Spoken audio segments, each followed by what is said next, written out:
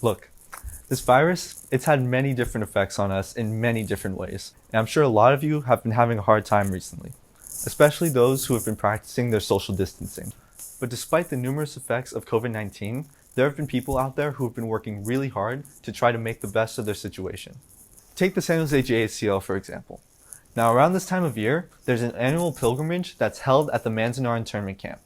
But because people are practicing social distancing, or they should be practicing social distancing, we couldn't gather this year. Since people couldn't physically visit the Manzanar internment camp, the San Jose JACL decided to host a virtual pilgrimage. And luckily, some of our staff members were in attendance. In this video, you guys are going to hear some of their initial thoughts and impressions on the very first virtual pilgrimage to Manzanar. If that sounds interesting, let's hop into it. Hi, my name is Mia Barnett.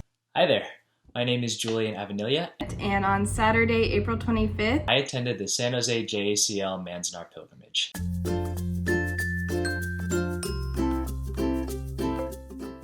this was the first time that I had been to any of the pilgrimages to Manzanar, and overall, I really enjoyed the experience. I was very impressed by the pilgrimage as a whole.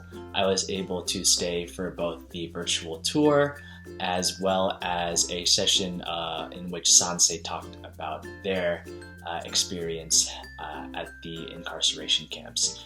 It was a great opportunity to see some speakers and hear from people who aren't in my immediate community in Los Angeles, and so I thought it was a really great way to bring together the Japanese American community in California. The spotlight that they are able to put on those Sansei, as well as kind of how in-depth and well-prepared the tour was, it made for a very fruitful experience in which I learned a lot that I hadn't known before.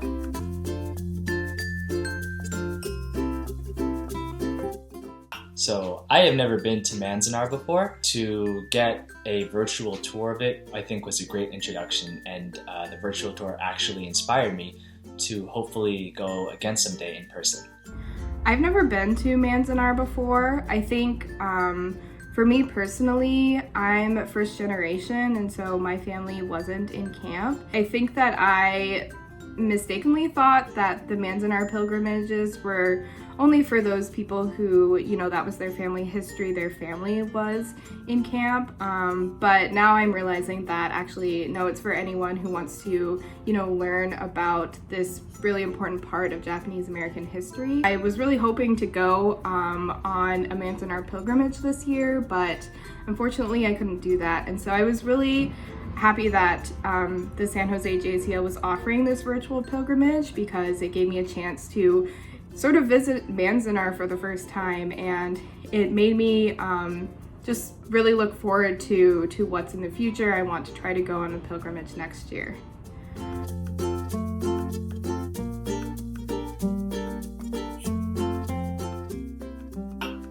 So I feel like I was able to get a very good understanding of what the site looked like from the virtual tour. You feel like you're actually walking through the camp.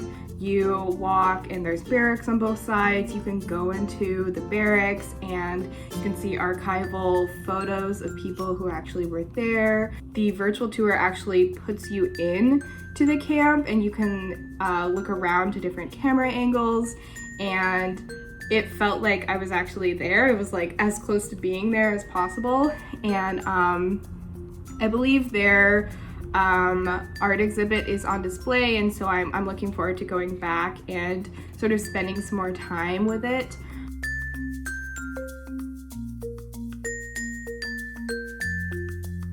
So the thing that stood out to me during this virtual pilgrimage was the progression of, from where we came from to where we are today. I thought the program was really well put together, sort of giving us the background and the history, moving into talking about people who had firsthand experience. I really liked how they related everything to today, because I think it's really easy to say like, oh, this is just happened so long ago, it doesn't matter. But it really does matter, because there's trauma that happened from camp, and it's something we need to talk about.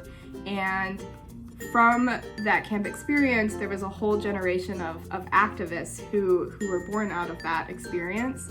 And I think without the groundwork that those activists put in place, we wouldn't be where we are today. And so it's really important to remember where we came from. Was how much the appearance and layout of these camps paralleled that of the death camp layout in the World War II Nazi death and incarceration camps as well. In terms of the layout and the isolation that those incarcerated experienced, whether they are Japanese American or Jewish, the layout and the conditions in which they were, both seem to share a huge focus on isolation, on kind of inhumanity. So that's what really stood out to me during the tour, just how these camps really propagated and encouraged those feelings for those who were imprisoned.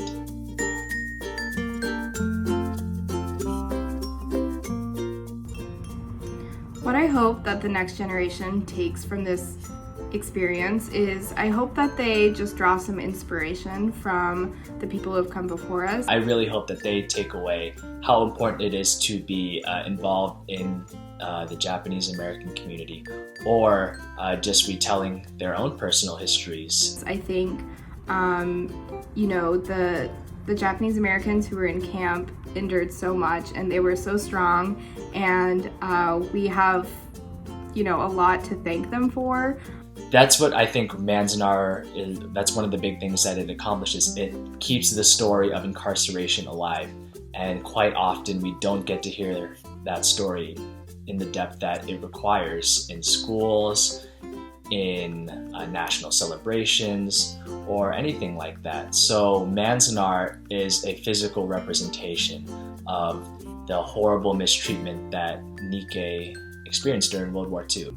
What I got from this was that, there's so much power in working together. There's so much power in just, joining forces with people and working towards a common goal, and just never really giving up. I'm really inspired by all of the people who are presenters at this pilgrimage, and it's kind of given me like a renewed sense of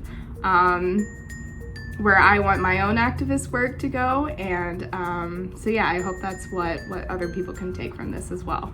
If these stories aren't told through Manzanar or through anywhere else where Japanese Americans were incarcerated, there's a chance that it could happen again.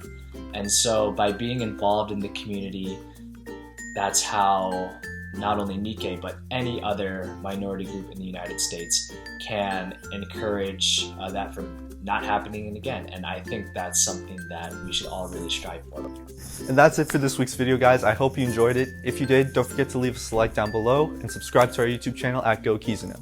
Also, if you want to experience the full virtual pilgrimage, that video is available on YouTube, and it's going to be linked in the description below.